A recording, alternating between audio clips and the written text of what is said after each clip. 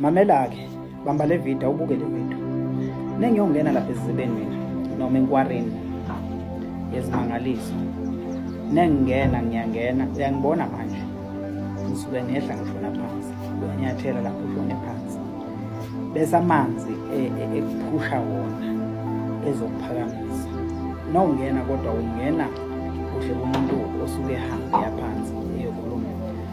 Leya ndawo indawo ehlonishwa kakhulu, indawo enezibangaliso, indawo ephiwe izibusiso zasezulwini.